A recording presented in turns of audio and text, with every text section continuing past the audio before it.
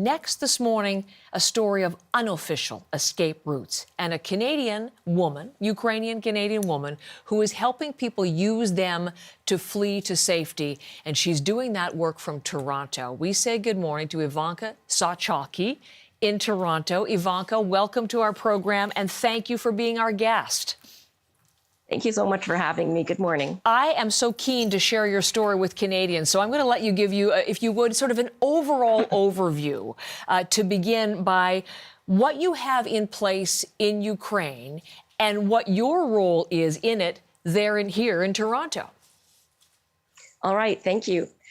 So I've been to Ukraine many times, my first time being 20 years ago. And so since then, I've developed many friendships. And as the war started, I have been trying to support those friends. One of my friends, I'll call him Sasha, he lives in Kharkiv, which is a war zone in itself. But somehow he has found the resources, the energy to develop basically an unofficial corridor to evacuate people from Kherson. Kherson is a Russian-occupied city. And as of yet, this is the only successful evacuation that we know of. It's very grassroots. Sasha is working with one other friend, Vida, as organizers. And then they have a huge team of volunteer drivers, volunteer cooks, who are supporting this effort. Okay, so pause right there. We'll go into some more detail. So that's the overall, this rescue network, unofficial, as you say. And then from Toronto, what is your role in all of this? What are you doing? So really, I mean, all I can do is fundraise, provide financial support. It's been amazing. I've really just been asking people over Facebook, over Instagram. People have just been finding my name and connecting with me and sending me money. It is such a simple fundraiser, but I think the strength of the story and people really believing in this initiative has led me to raise over $12,000 to help this group. And when you say, here's the story for you, you said you've been with long connection with your family many times to Ukraine. And in one of those earlier visits to Ukraine, met somebody named Vitaly, who really is the starting point for this incredible network and rescue mission. Tell me about him and how he figures into today's story. Absolutely. So I met Vitaly in 2002 at a camp, a Help Us Help camp for orphans in Ukraine. Okay, so these are the pictures we're looking at. These are pictures going back to the beginning of the 2000s when you first met him. Right. Okay. Vitaly was born with a physical disability, and basically he grew up in an institutionalized orphanage for children with disabilities. And so you could say that he was dealt a horrible hand. But this person is so positive, so loving, caring, and really loves his country that he gets to grow up in, he would say.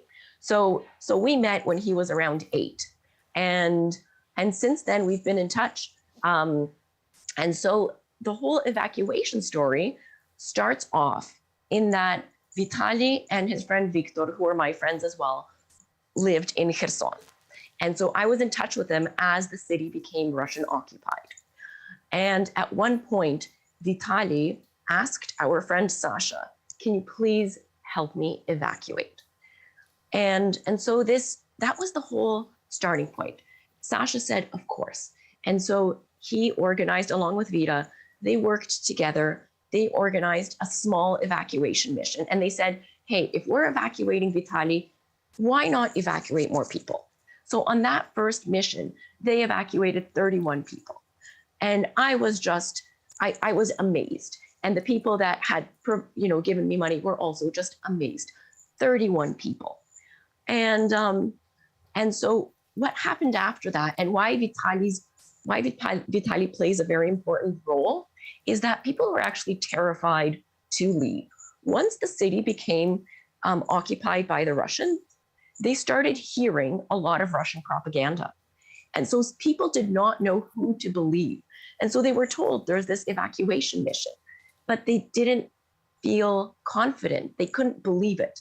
Now, Vitaly is the first actor with a disability in Kherson. He's very well known. And so once he evacuates, he shares his story over social media.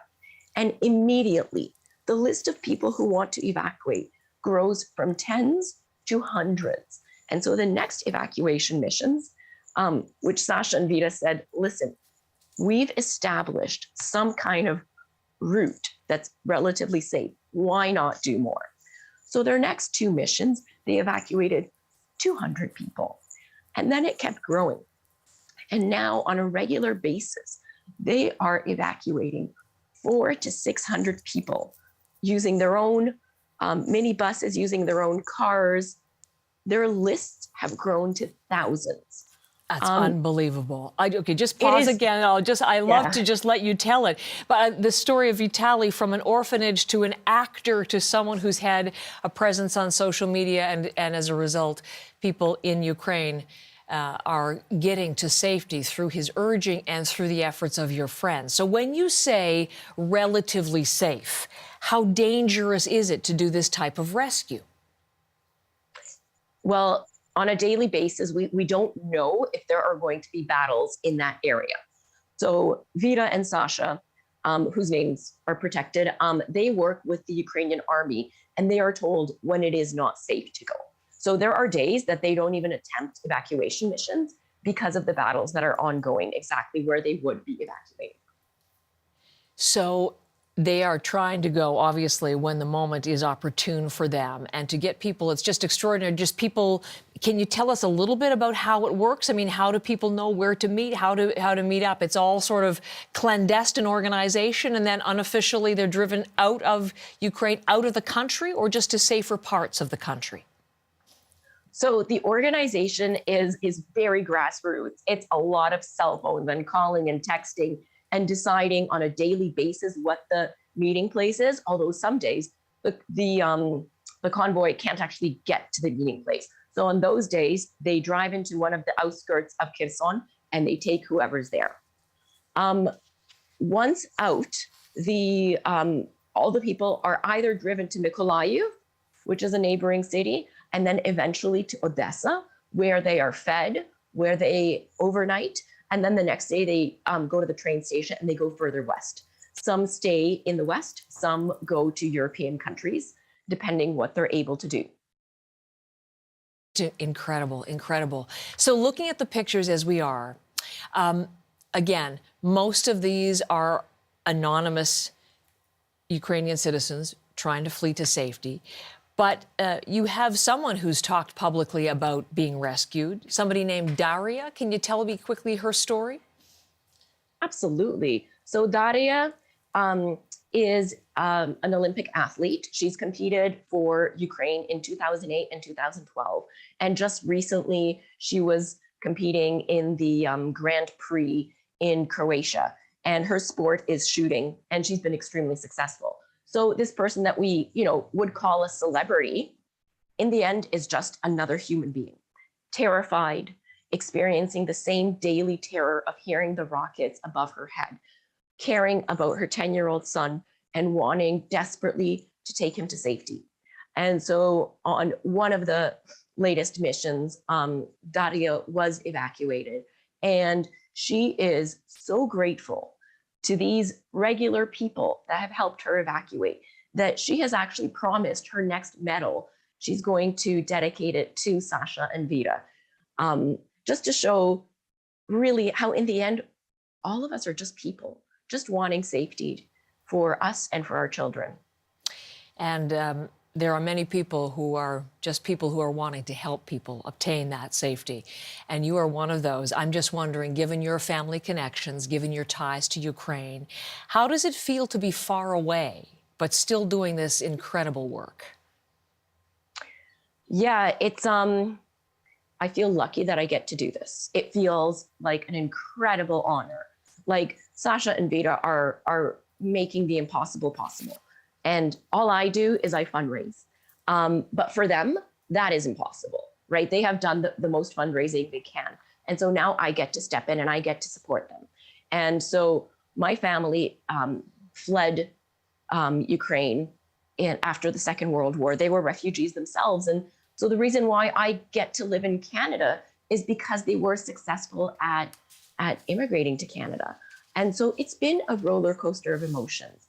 It's been terrifying. It's been, I've felt extremely guilty. I have felt helpless at times. I have felt anger. And I've also felt numbness, all of it. And I find that taking action is one way to help those feelings. And so what I've heard from people who find me and donate money to me is that they say, I get to do something. And this really helps me.